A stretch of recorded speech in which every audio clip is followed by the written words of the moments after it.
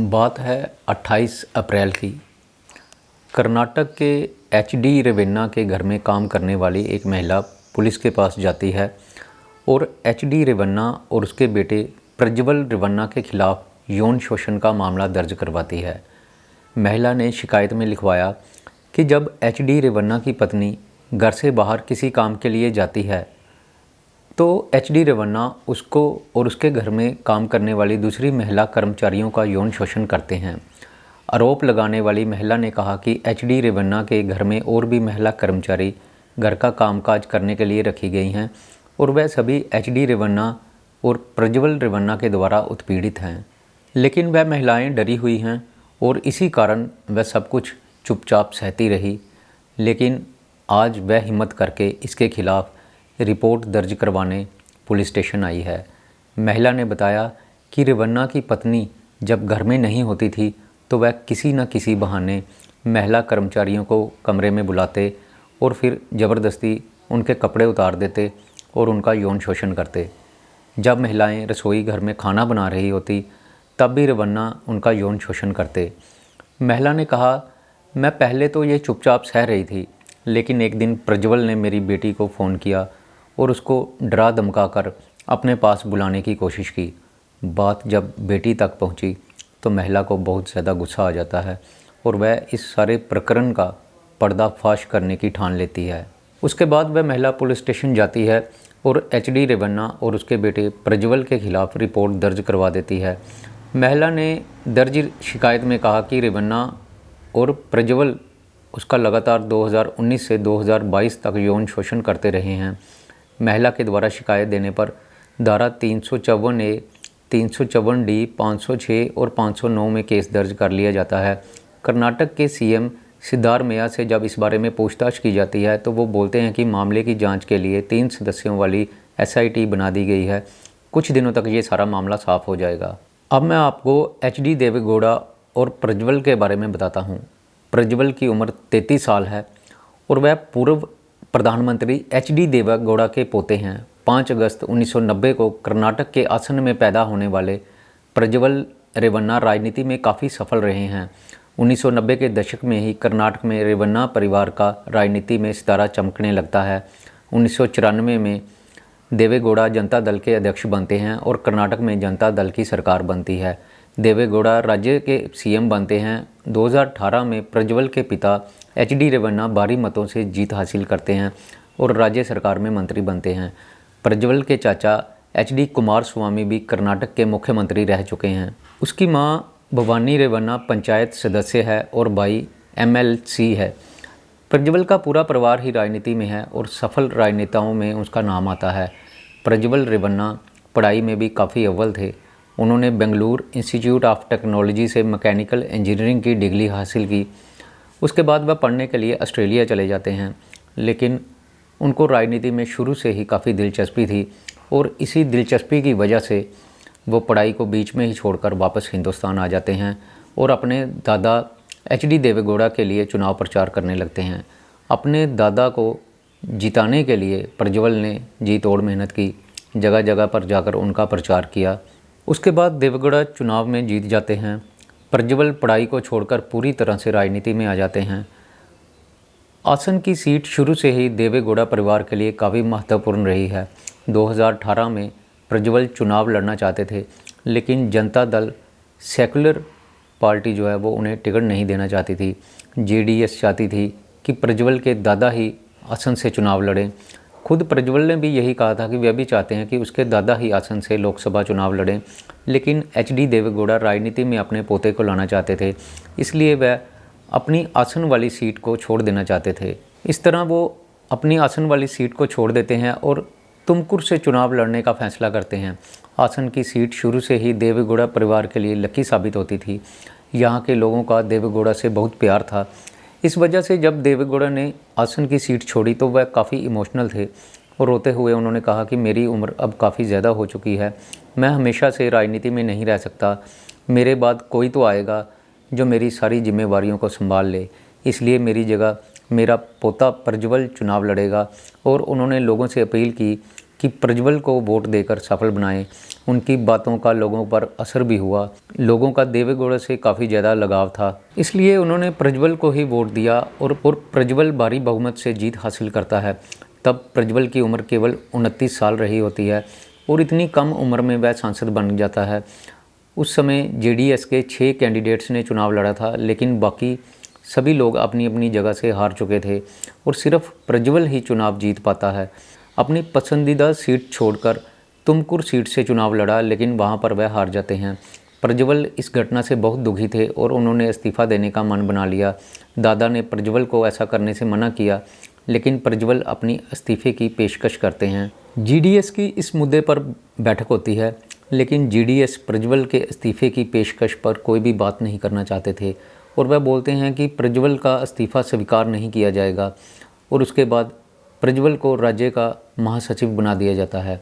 लेकिन उसके कुछ देर बाद 2019 में प्रज्वल के खिलाफ चुनाव लड़ने वाले भाजपा के ही उम्मीदवार उसके खिलाफ मुकदमा दर्ज करवाते हैं और मुकदमे में बीजेपी के उम्मीदवार ने प्रज्वल पर आरोप लगाया था कि प्रज्वल ने जो चुनाव में अपनी प्रॉपर्टी का जिक्र किया है, असल में वो उसकी असल कीमत नहीं है, बल्कि उसने अपनी प्रॉपर्टी की जो असल कीमत है वो छुपाई है और उसकी जो असल प्रॉपर्टी है वो उसकी बताई गई कीमत से कहीं ज़्यादा है। प्रज्वल ने हलफनामे में खाली जगह का जिक्र किया था, लेकिन वहाँ पर एक सिनेमाघर और एक मल्टीप्लेक्स बिल्डिंग थी।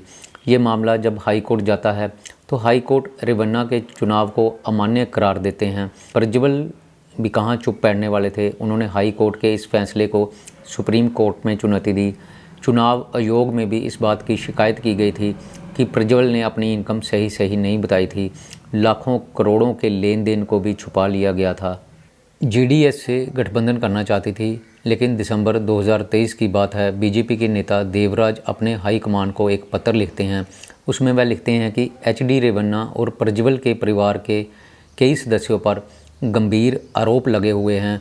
वह कहते हैं कि प्रज्वल के पास एक पेन ड्राइव है जिसमें 3000 औरतों के यौन शोषण करने के वीडियोज़ हैं और यौन शोषण करने वाला कोई और नहीं बल्कि प्रज्वल ही है। इन वीडियोज़ का इस्तेमाल करके वो महिलाओं को ब्लैकमेल करता है। पहले तो वह महिलाओं का यौन शोषण करता है और उनकी वीडियो बनाता, फिर दोबारा से उनका यौन शोषण करने के लिए वह इन वीडियोज़ को अपने पेन ड्राइव में रखता था। देवेगौड़ा ने कहा कि ये पेन ड्राइव कांग्रेस के लीडरों के पास भी पहुंच चुकी है। उन्होंने कहा कि अगर हम जेडीएस से गठबंधन करते हैं तो कांग्रेस इन वीडियोज़ को सार्वजनिक कर देगी।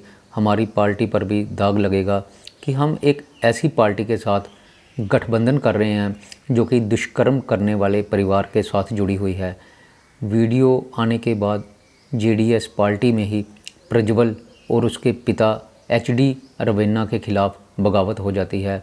जेडीएस के विधायक प्रज्वल और उसके पिता को पार्टी से निकालने की मांग कर रहे हैं।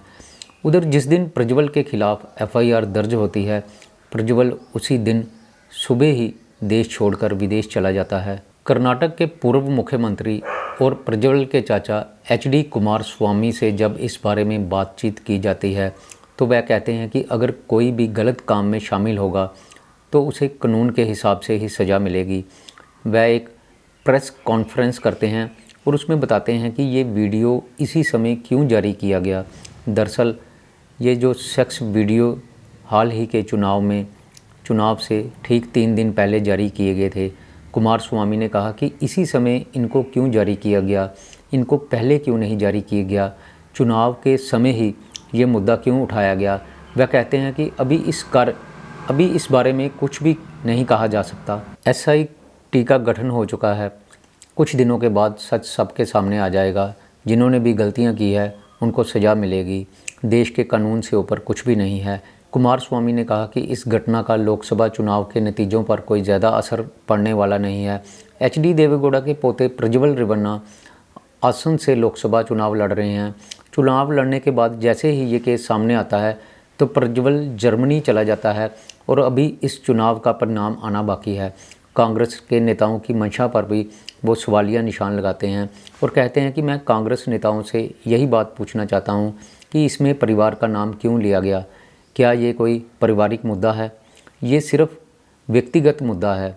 इसके लिए अगर कोई जिम्मेवार है तो वो सिर्फ प्रज्वल है।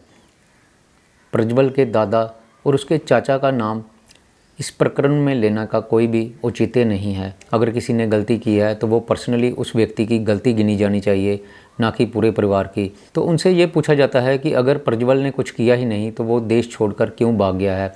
इस बारे में वो बोलते हैं कि मैं इस चीज़ का कोई भी जवाब नहीं दे सकता। वो मुझे पूछकर देश से बाहर नहीं गया।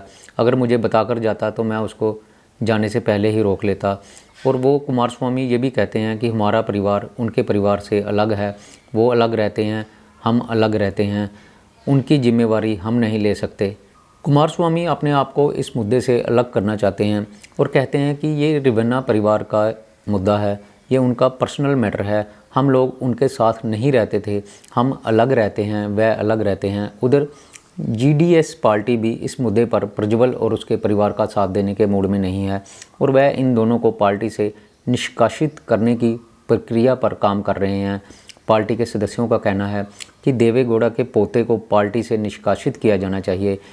इससे हमारी पार्टी शर्मिंदगी से बच सकती है, नहीं तो ये मुद्दा पूरी पार्टी के कार्यकर्ताओं के लिए ही शर्मिंदगी का विषय बन जाएगा।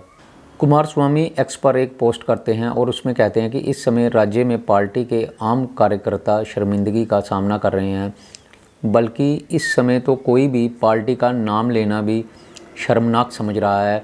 मैं विधायक होने के नाते मीडिया से पूछे गए सवालों का जवाब नहीं दे पा रहा। उधर पार्टी के कार्यकर्ताओं से जब इस बारे में बातचीत की गई तो वो कहते हैं कि इस समय पार्टी की साख को इस पूरे प्रकरण की वजह से बहुत बट्टा लग रहा है। पार्टी के कार्यकर्ता कहते हैं कि इस समय कोई भी पार्टी का नाम ही नहीं लेना चाहता। पार्टी के कार्यकर्ता जल्द से जल्द इन दोनों को पार्टी से निष्कासित करना चाहते हैं और चाहते हैं कि पार्टी की जो एक छवि है वो बची रहे, नहीं तो पार्टी को बहुत ज़्यादा नुकसान हो सकता है। दोस्तों, अभी इस बारे में कुछ भी नहीं कहा जा सकता क्योंकि प्रज्वल जो है वो विदेश भाग चुका है। उसके आने पर ही सारा मामला जो है सॉल्व हो सकेगा। मैं यहाँ पर यही कहना चाहूँगा कि फ़िलहाल मामले की जांच चल रही है और प्रज्वल को देश वापस लाने की कोशिश की जाएगी। मामले की जांच होने के बाद ही सच सामने आ पाएगा। दोस्तों, मेरी आज की कहानी यहीं पर ख़त्म होती है। मैं फिर आऊँगा आपके लिए एक नई कहानी लेकर। तब तक के लिए नमस्कार।